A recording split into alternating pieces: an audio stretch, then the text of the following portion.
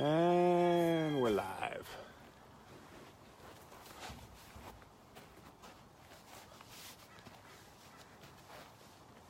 Come on, guys. Come on. Go on. Get it on. Get it on. Get it on.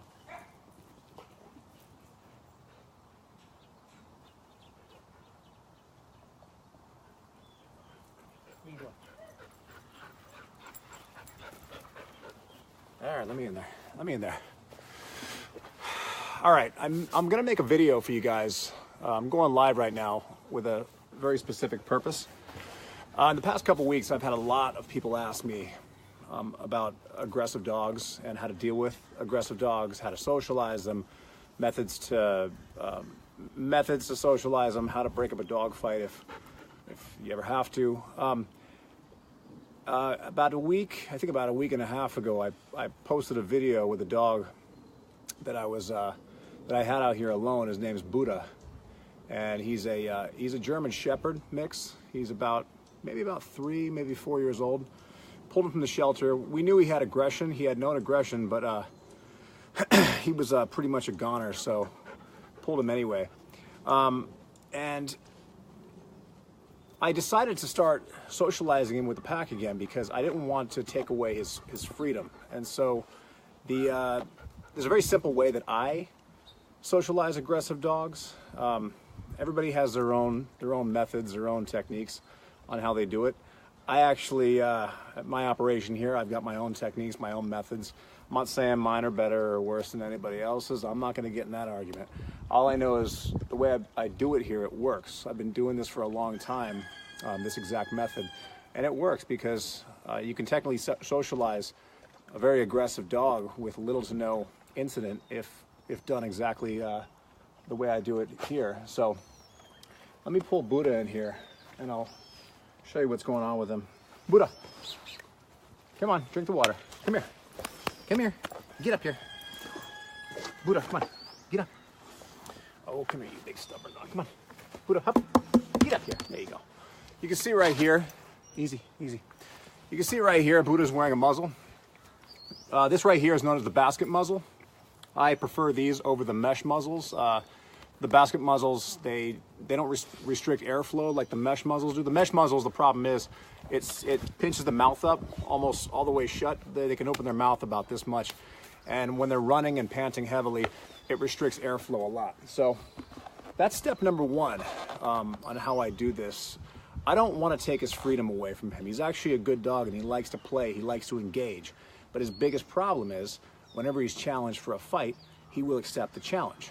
And so the way I do it here is, first of all, I socialize him with very stable dogs. And when I say stable, I mean dogs that are not going to, come here, get up here. Oh my gosh.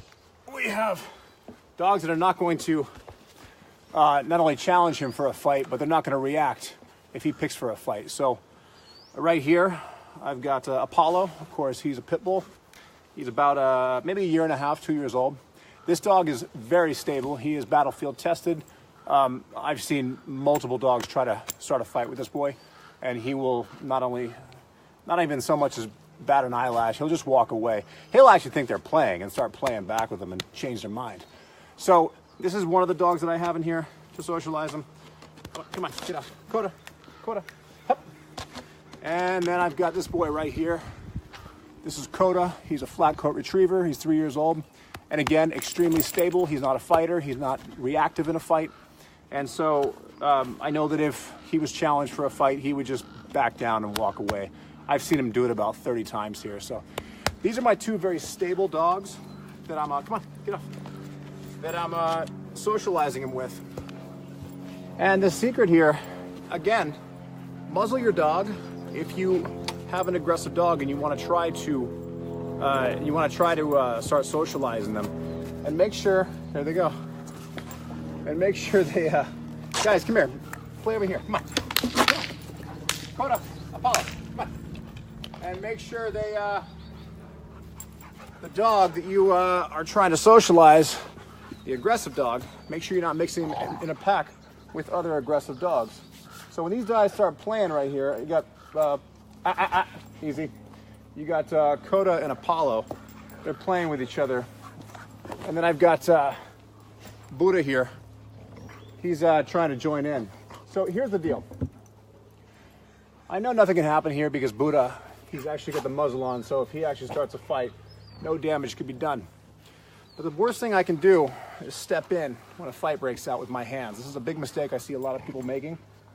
Apollo, quit. This is a big mistake I see a lot of people making. They try to break fights up with their hands and they're getting right in the danger zone. In the danger zone in a dog fight, these guys are going nuts. Here, I'll give you a little. Ank. Coda and Apollo. Anyway, the danger zone in a dog fight, as I was saying, is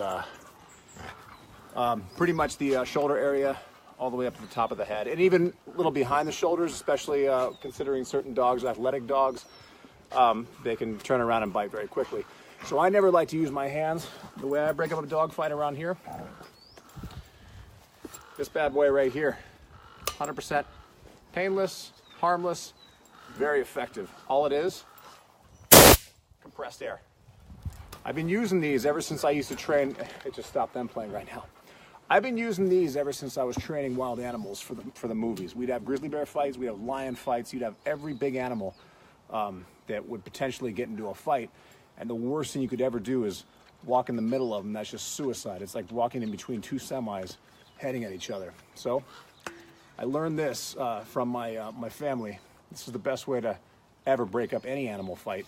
I've had 10, 12 dogs here going at it, and God forbid anyone even steps in the middle of that. We're talking big dogs, and there's blood shedding now, and one dog's getting, ripped up.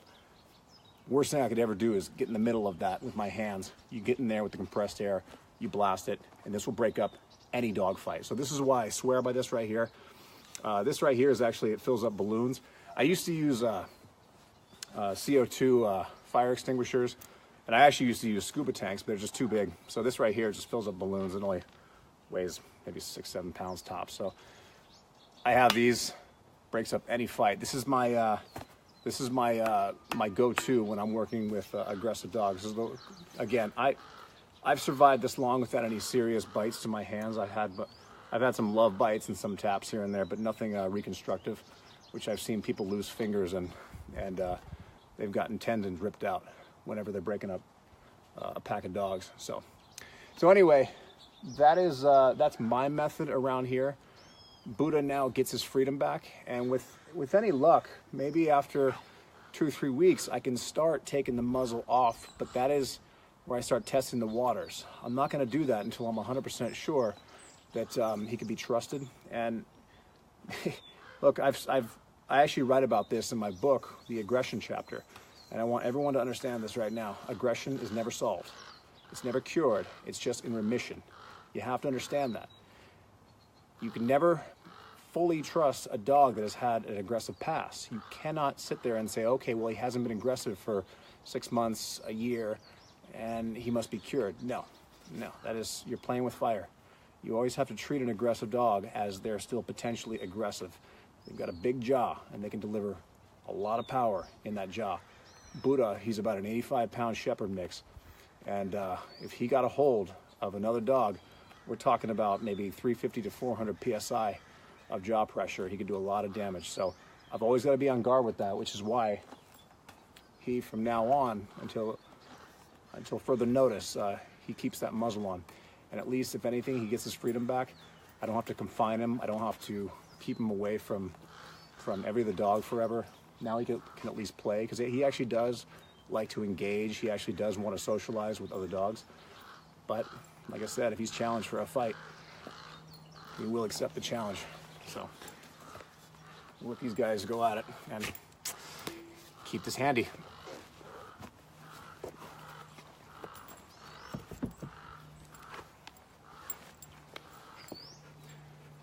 Come on, guys. What are you doing, Buddha? What are you doing? What are you doing? What are you doing? What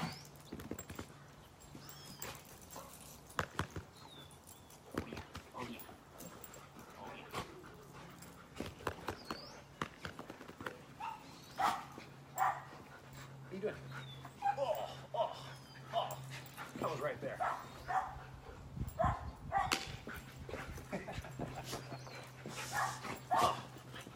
He's huge.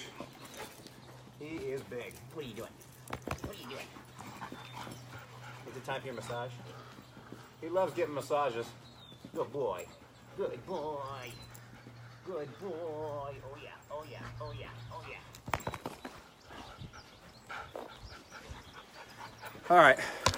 Where are you going? That's my seat. That's my seat. Come on, get off. Get off. All right.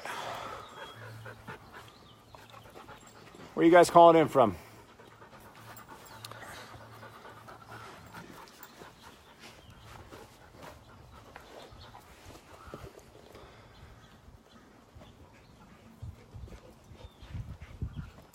Lauren, how do I get my golden doodle to not be afraid of everything new?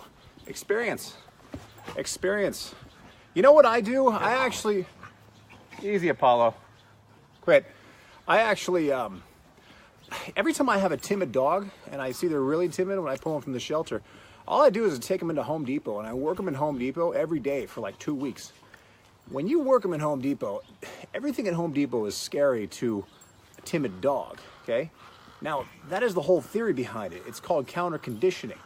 Counter-conditioning is you want to expose the animal to the things they're most afraid of to get them over that fear. So, for example, you're afraid of the dark. Well, I'm going to hold your hand and walk you through the dark a few times.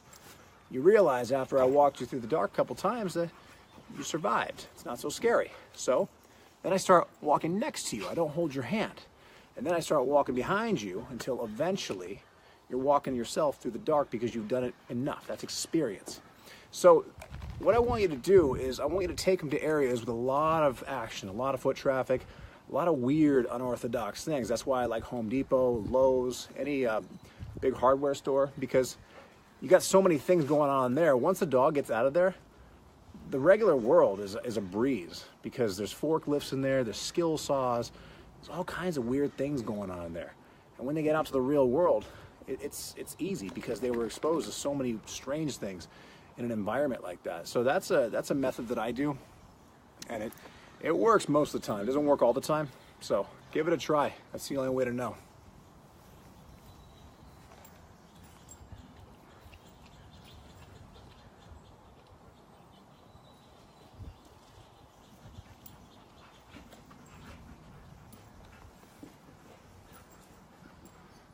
I'm trying to see your whole post. Crystal Wortman, what's your best advice on socializing multiple aggressive dogs? My parents, I've missed the rest of it. Anyway, what I'm doing here, again, I want you to understand this is my method. I'm not saying anybody has to try this, but my method, the reason I do it is because it works. I've been doing this exact method for a long time. Muzzles. Muzzles are there for a reason.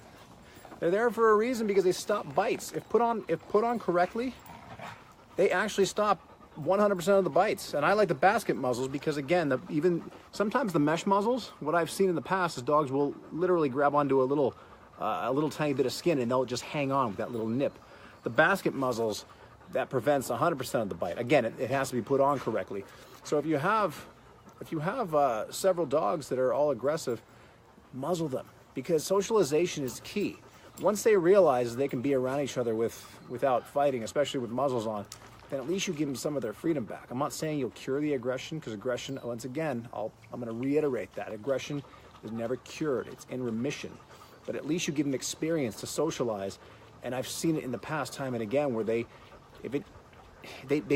become far less aggressive because now they're experienced with a pack. They understand that they don't have to fight to get what they need. They don't have to defend themselves every 2 minutes because these dogs aren't there to fight. So, and the best way to do it, like I said, I've got these two dogs back here, Coda and Apollo. They're two very stable dogs. I make sure I have stable dogs that aren't going to react. They're not going to accept the challenge to a fight if challenged. So, by the way, this is an area I always say, make sure you get an experienced trainer that understands aggression. They have to specialize in the aggression area. You don't want just some regular obedience trainer. You want a person that understands aggression and how to identify the signs of a fight before it starts, and that way you can defuse the altercation before it gets worse. My first pick, law enforcement trainers.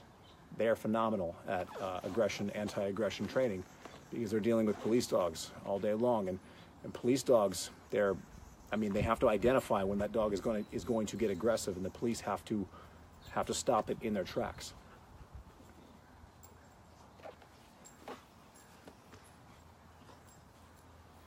And Lumig, yeah, I've missed your last name. Where do you get the air can? That one I believe I got at a party store. I actually don't even know where I got it. I've had it for a long time, and it looks like it too. I probably had that one for about 10 years. You can actually, I think you can go to a party store and ask them. It's just basically, all it is compressed air. It's compressed air, and when you crank it, it makes a sound, and you will. If there's a fight, especially if you have a dog pack, a lot of wild animal trainers use this exact technique, and that's exactly where I got it from, of course, because I have a background in wild animal training. And like I said, I prefer to use these over breaking a fight up with my hands. I'm not one of those macho guys that sits here and tries to prove a point. Oh, I can break these two dogs up with my hand. I just blast air. It makes them run opposite directions. And it's quick, it's painless, completely harmless, and that's it. Fight's over.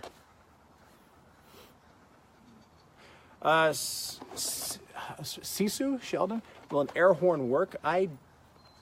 It might, but here's the deal. I'm not gonna recommend that one for one reason. Dogs have very sensitive ears. Their ears are extremely sensitive, and you got to remember, an air horn, as loud as it is for us, it's probably 10 times louder for a dog. So I would actually, unless you're talking about a fight that some other dog's getting killed, I would actually, I'd probably not use an air horn over the compressed air, because the compressed air is more like, it's just almost like a ghostly sound to them. They don't know what it is, and they're not going to even stick around long enough to find out, so they just run the opposite direction. Crystal, will an air horn work on your spouse? I don't know. Let me know when you find out. I love senses of humor. I'm sarcastic and dry myself.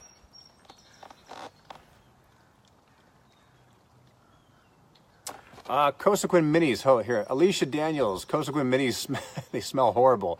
Do you suggest another supplement? They might smell horrible to you, but your dog loves them. They also make a separate little kind of a wafer pill. They make the one that you probably have, the soft chews. They make it's like a kind of a wafer hard pill.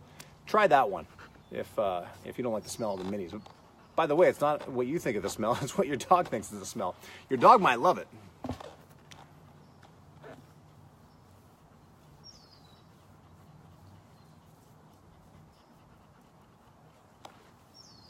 Where was that? Deborah, what about putting a broom between them? Yeah, well, like I said, it's better than your hands. Look, the whole point is I don't endorse hands between two dogs, especially when it's, big dogs.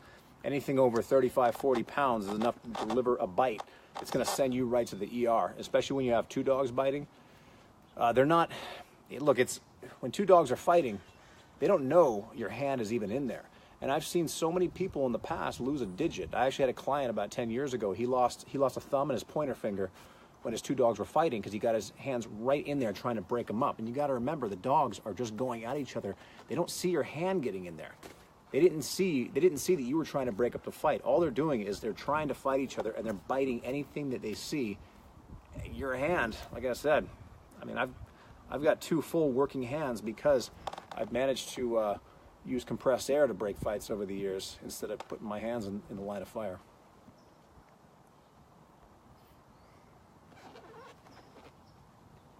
You guys tired already? You guys are bugging me all morning. I put you out here. You only play for 5 minutes.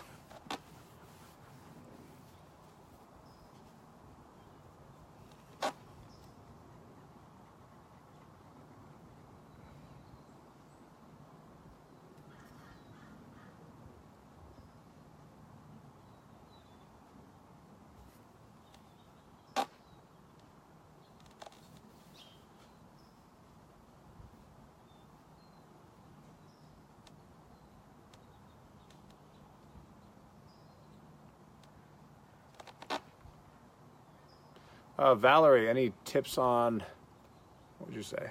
Sorry, it's going too fast here. Any tips on to a shelter worker who works with different dogs' personality?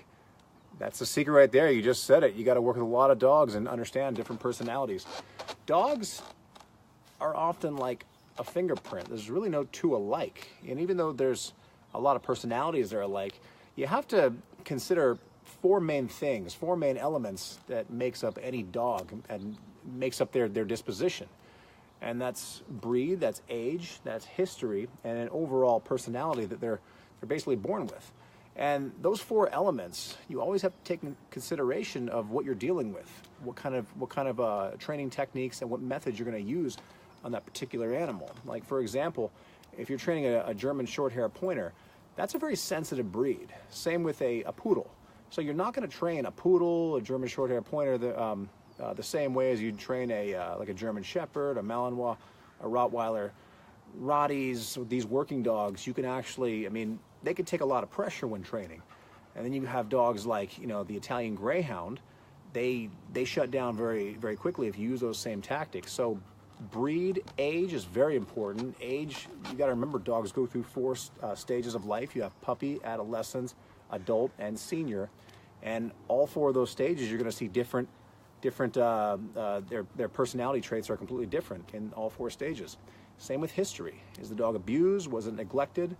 Was it raised in a very neglectful household? This is very important, you know. And then overall personality. Every dog is born with a basic personality, and then of course we shape the rest. So those are the four elements you have to really understand when training dogs. And the best way to get good at dog training is train a lot of dogs. That really is the best way, because you can read all the books in the world, but it's not going to give you the experience of actually training the dog themselves, because you learn from your mistakes. And I'll be the first to admit, I've made 1,000 mistakes over the years, but we're talking, you know, we're talking thousands of dogs I've worked over the years. So thankfully I've been able to learn from those mistakes and learn from very good trainers over the years, and they kind of shaped and molded me, and they identified my shortcomings and made me a little better. Buddha, you done?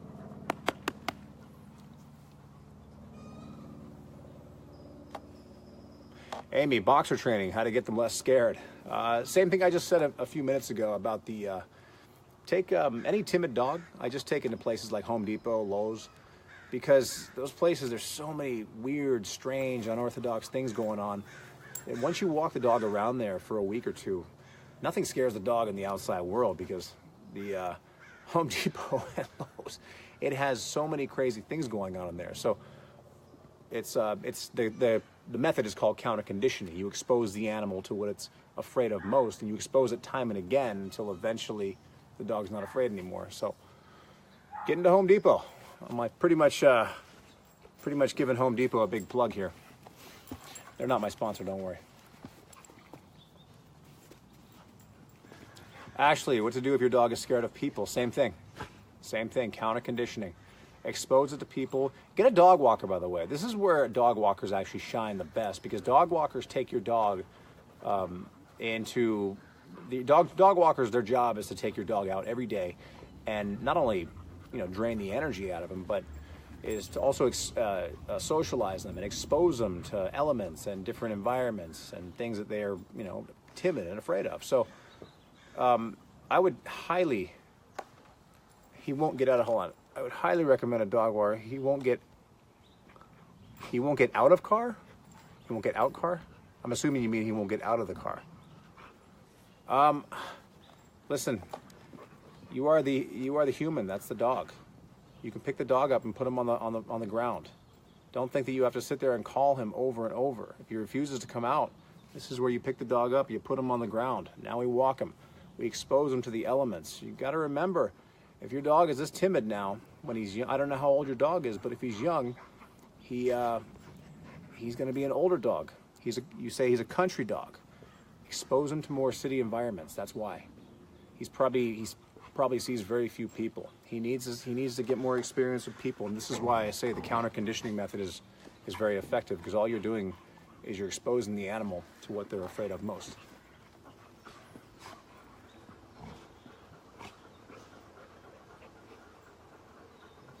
Lori, how do you teach your dog to behave when the doorbell rings?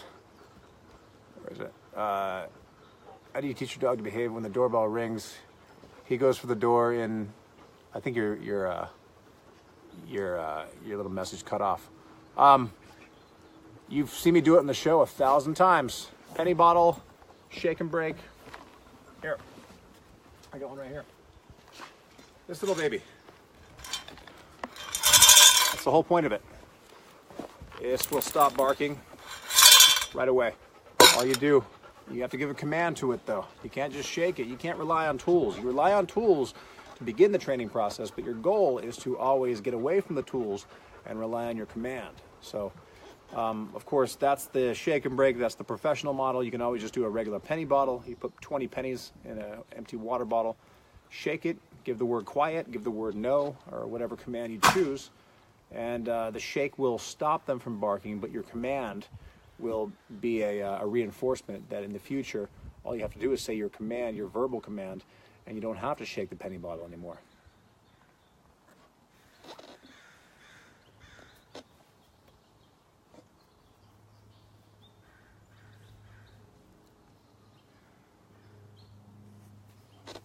Nancy, a cowbell works too. All right, I'll take your word for it.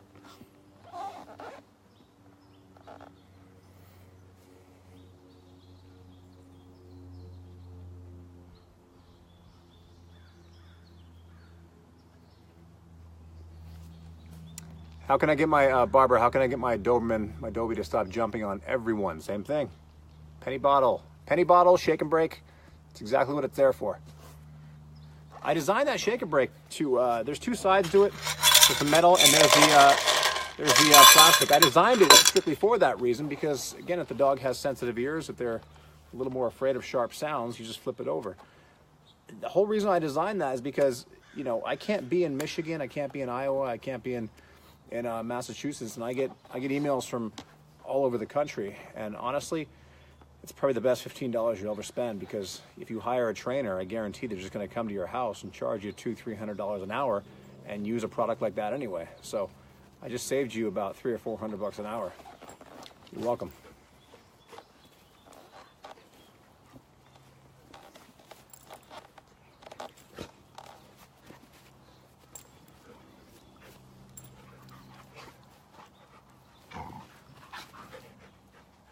Terry, the penny bottle works with cats too.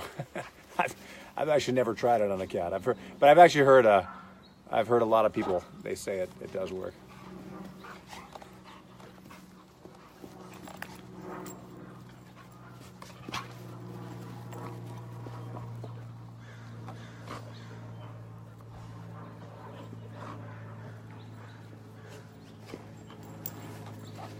These guys never stop.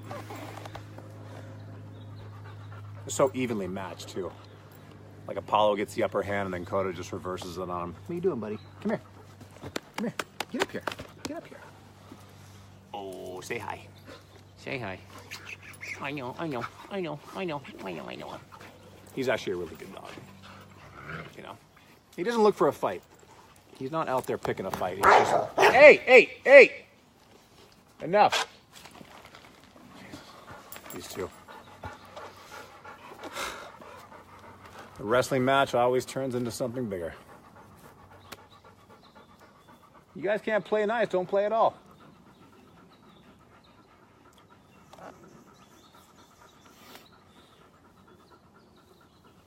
Paula, wish you could visit Kentucky. I wish I could too. I don't have time. My time is about as limited as it gets nowadays.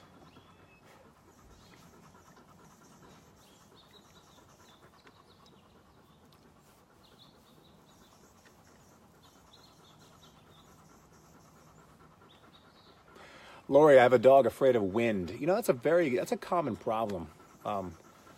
And I don't know how strong of a wind you're talking about, but here in California, usually it happens in the fall and early winter. We have something called the Santa Ana winds, and that's where the winds blow like anywhere from 40 to 70 miles an hour.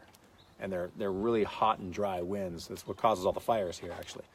And they actually scare all the dogs that I have here. The revolving door of dogs, And the reason why is because it's not your normal wind. It's not your typical 8 to 10 mile an hour wind. It's kind of cutting wind. So there's a lot of dogs that are afraid of wind. Elements, world elements like that, like environmental elements. That's really tough to condition a dog to. It's just like thunder. A lot of people ask me, how do you get your dog over thunder? Well, it's tough because who knows what the dog is afraid of it. This could be a genetic trait from the wild dog from thousands of years ago. So we don't really know why these dogs are scared of elements like that. The only one that really truly knows is the dog.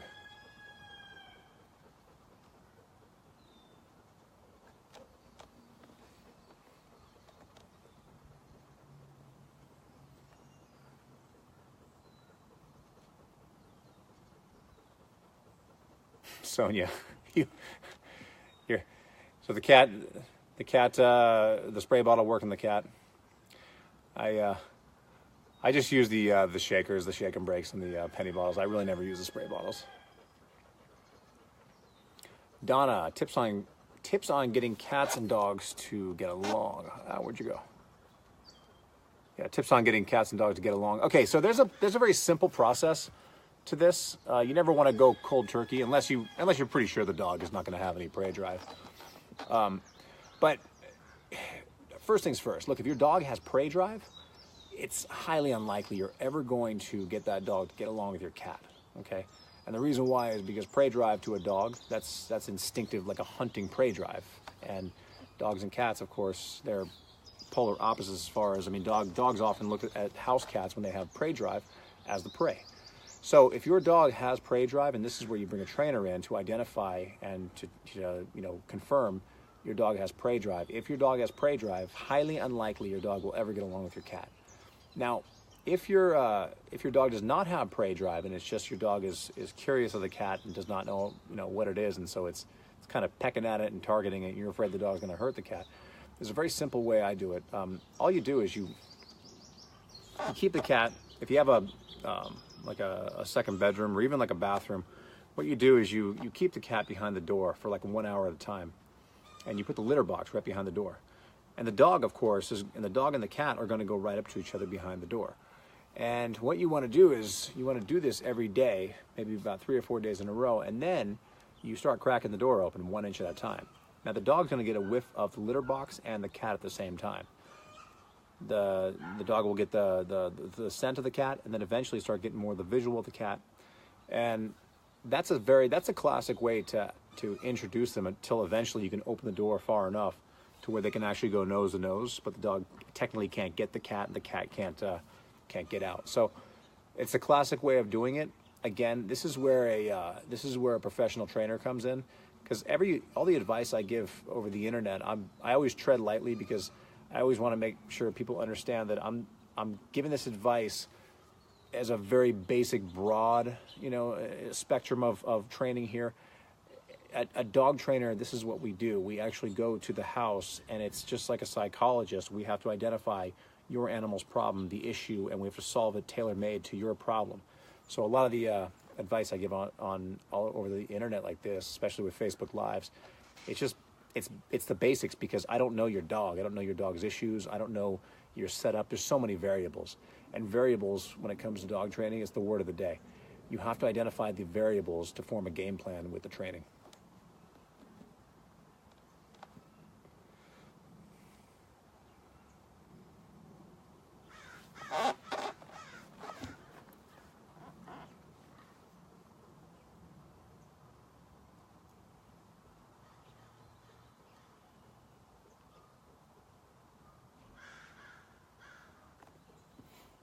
Hi, Ziva. You just joined in. I'll see you in, 1 week? I'll be in Orlando with Ziva in 1 week at the Global Pet Expo. James, is cloning a dog a good idea? I posted a story about that last week with Barbara Streisand. I think it's a terrible idea. I mean, it's been proven time and again that cloning dogs is not only one of the most unhealthy things for the animal. The animal never truly it's never healthy its entire life. You literally, you're almost forming like a fake animal, and the personality of the clone is never the same. So these people that think they're going to get the exact same dog, you're living in a dream world. I mean, the personality is shaped not only a lot of the personality is shaped by you and your experiences and what you gave that dog through its life growing up. So there's no way you can actually clone the exact blueprint of that, the replica of that animal. It's literally impossible.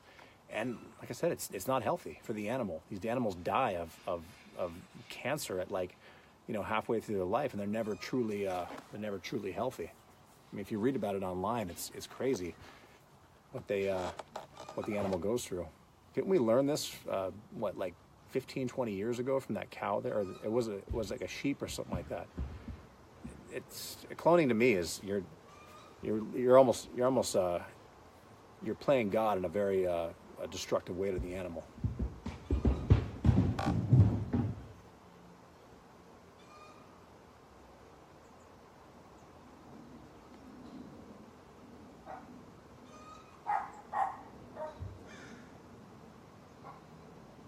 Mary, I forgot about that. Yeah, has everyone voted for Sandy today?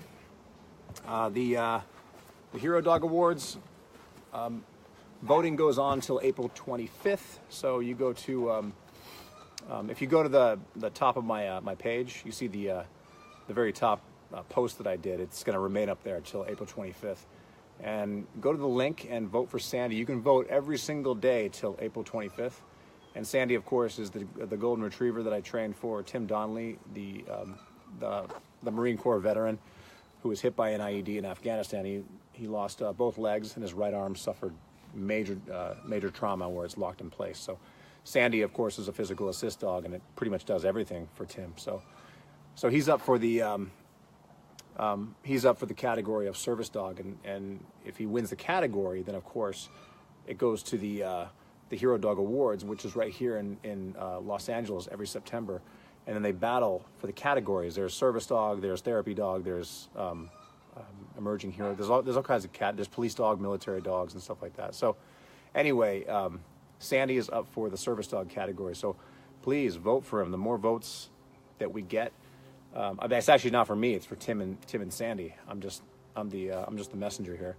So the more votes that they get, the more likely they're gonna win the category, and then they'll get flown here to Los Angeles, where he can battle the other dogs for the actual overall Hero Dog of the Year award. So it's a really cool show. I do it every single year. I actually present an award every single year. So it's a great cause too. Of course, it's American Humane Association. I fully back them. They've been overseeing my work now ever since I trained animals for the movies back in the late 90s. And so they've pretty much watched me grow up. So I got their back and they got mine.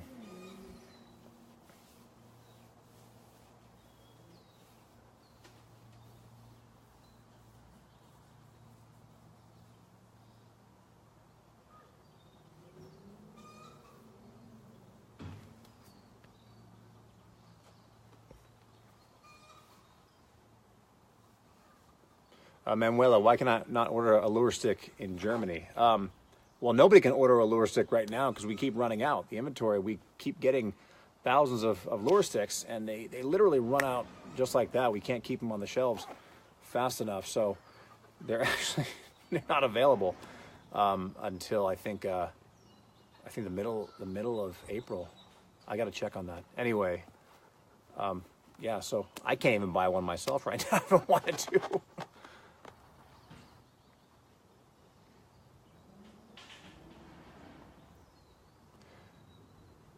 Rita, have I ever met Hudson the railroad puppy? No, I have not. The railroad puppy, the Hero Dogs. No, I have not.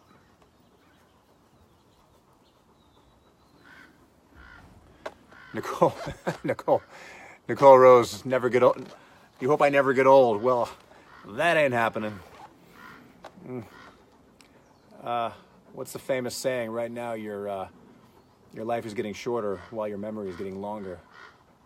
And I believe that more and more every day.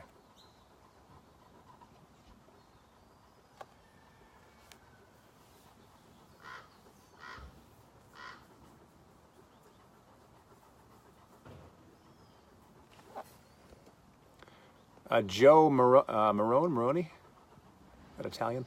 Dog whining, help. Okay. Look, I'm gonna give you the simple version of this. Whining often is anxiety, and a lot of you remember there's a episode last year. It was called Yogi. He was a chocolate lab mix, and Yogi had serious anxiety. He whined a lot. He was almost destructive to the point where his anxiety it just got the better of him. So anyway, I used a supplement. The supplement is called Soliquin, and you can get it from your vet. There's another supplement I use too for anxiety. It's called Cosequin Calm. Now, the reason I like these supplements, I'll explain the difference between the two in just a second. But the reason why I like them is because it doesn't solve the anxiety, but it manages it. It helps substantially. You have to continue training, and you have to continue, of course, doing other things with the animal. I call it the layered system, where you layer technique after method until you find what stabilizes the animal's anxiety the best. So, a Cosequin Calm, I use 2 different supplements for anxiety, for whining, all this stuff. First of all, disclaimer, I never use a supplement unless I've tried everything else. Okay, a supplement is the last thing I go to, but I make sure I've tried like the compression shirts, and I've tried the music boxes and all this stuff. And if I see no success, I go for these supplements. So the Cosequin Calm, you could actually get that online. It's great for like the one-time events. So you've got like 4th of July, you've got a thunderstorm coming up. You give them what's called these little pills, the Cosequin Calm. It's not a drug. Technically it's all natural. It's a supplement, and you'll notice a huge improvement. Now again, it's not going to fix the problem 100%, but you'll see a substantial improvement. And the other one is called Soliquin. That's the one I used on the Yogi episode. And Soliquin is, if your dog has an issue that every day they need this stuff, then Soliquin is the daily. And again, it's when you've exhausted all other options. You've tried the techniques, you've tried the compression shirts, you've tried the music boxes, the calming sprays, and you've found no success. Then you go to these supplements. So the Soliquin, you get it from your vet, and it's not a drug. It's a supplement, and I've seen substantial improvement on a lot of the dogs that I work with here. If I know they have serious anxiety, or like I said, in your case, it's whining. Quality of life is very important to me when it comes to animals. And if I see their quality of life is not where I know it could be, then I improve it. And if it has to be with a supplement, then I use a supplement. I'm not afraid of using things like that, because again, quality of life to me is very important to an animal. These animals suffered a lot in the shelters, so I do all I can to make their life better outside the bars.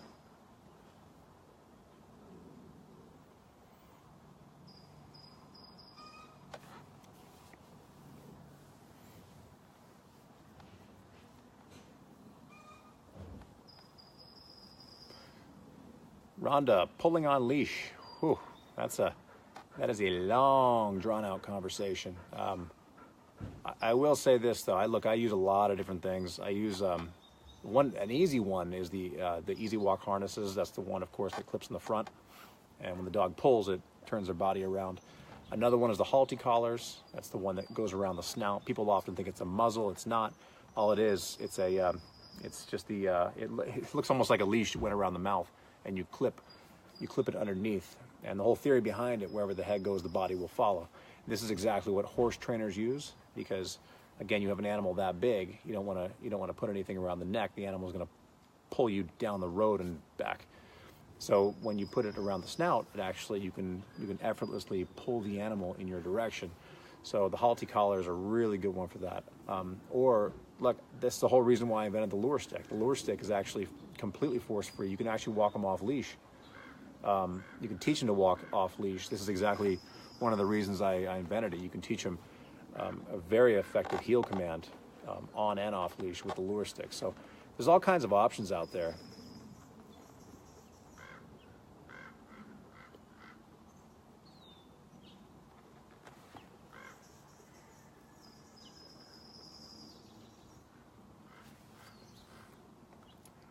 Sheila, howling 4-month-old Chihuahuas need to stop howling whole time in kennel. Are they all together, or are they separate? Because if they're 4 months old, the howling typically it subsides when they get older. So sounds like they're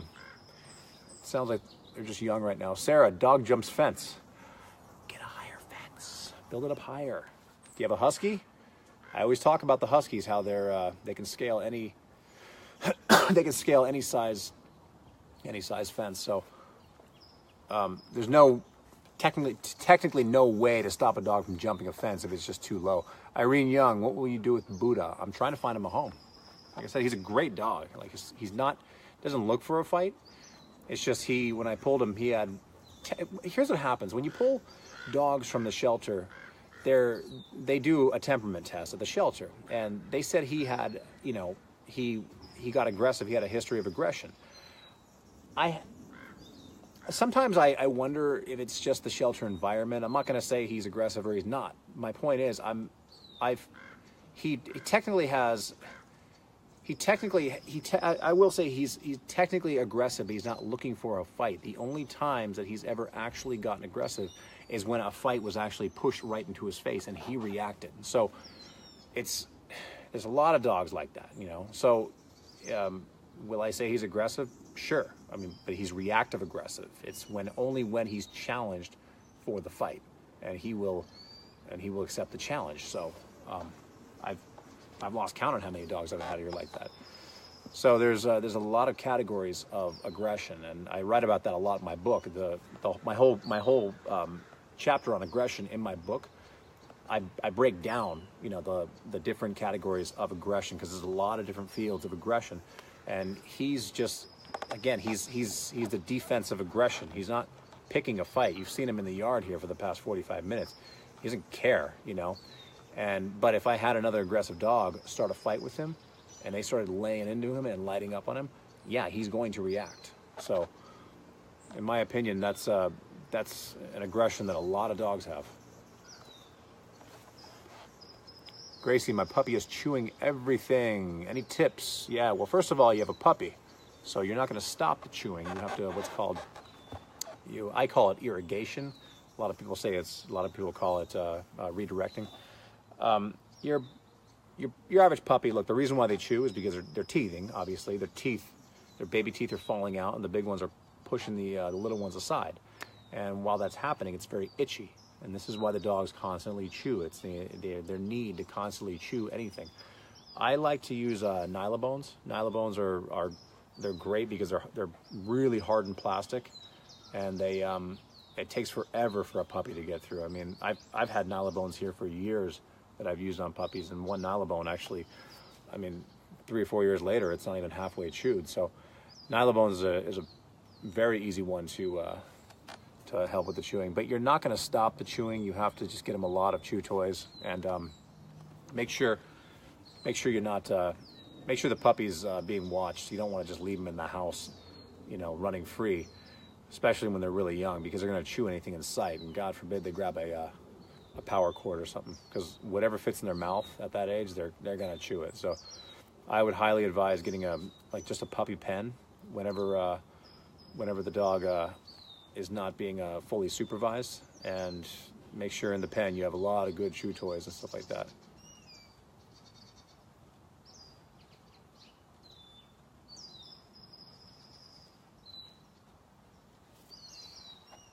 What are you doing, Buddha? Buddha, what are you doing? Come here. Come here. Hi. I know. I know.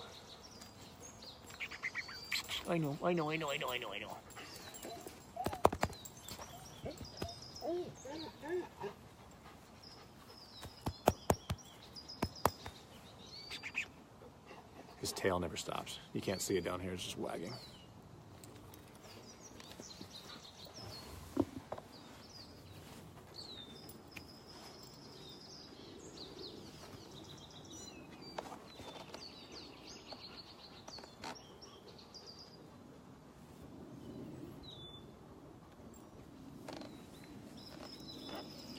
All right, it's about that time.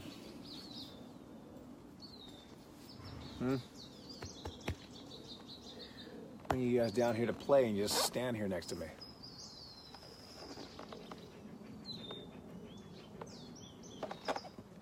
Yeah, the sound of those birds is relaxing me. Yeah, me too. I got wild parrots around here too. Sometimes they, there's a flock of them. Every once in a while they just buzz me, like 20 of them. You haven't heard anything like when the ravens get going. Sometimes there's I got falcons or like red tails up in the trees trying to go after the red tail. After the raven's young. And one red tail will stir up about maybe like anywhere between 20 to 50 ravens, and next thing you know, it just sounds like it sounds like Angry Birds around here. You can't even put earplugs in to stop the sound. It's so loud.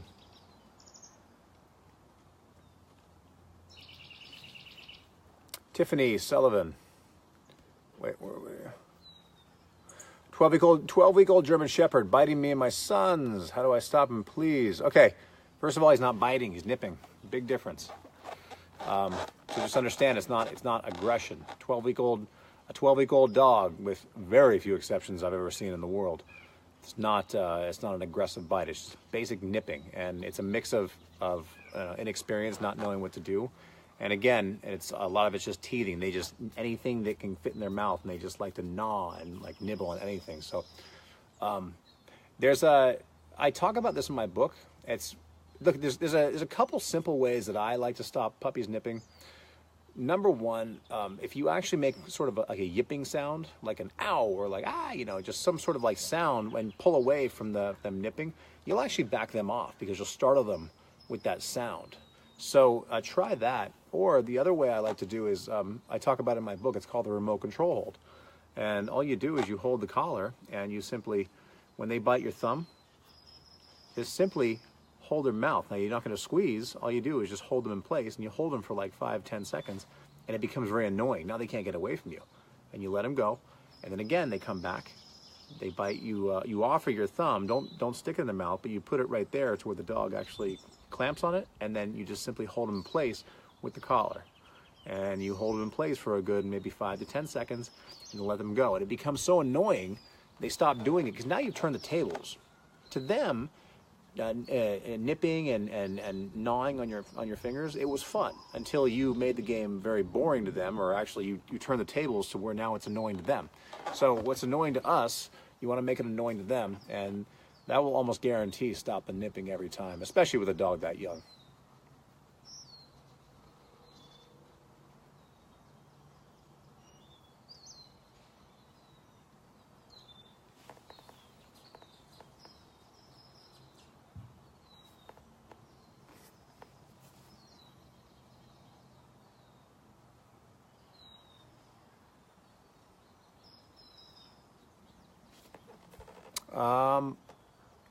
Kimberly, I have 3 dachshunds that bark way too much. How do I stop it? I'm telling you, these work great. That's the shake and break, of course. You can get those on Amazon, but you can also just do a penny bottle. You just put 20 pennies in a bottle. But make sure, like I always say, you don't want to rely on the shaker. You don't want to rely on that solely. You want to actually put a command to it. So what you want to do is you want to say the word quiet or say the word no. Give it a firm shake followed by another no or a quiet, and do that every day. And your goal at the end of the week is to eliminate the shaker altogether, because now they've associated the stopping the barking with the shaker, but they heard you say this new word, no or quiet or knock it off. And guess what? Now when you just say that word alone, they've been conditioned through the shaker, and at the end of the week, you probably just say the word quiet and they're gonna keep quiet. All right, you guys are sleeping on me.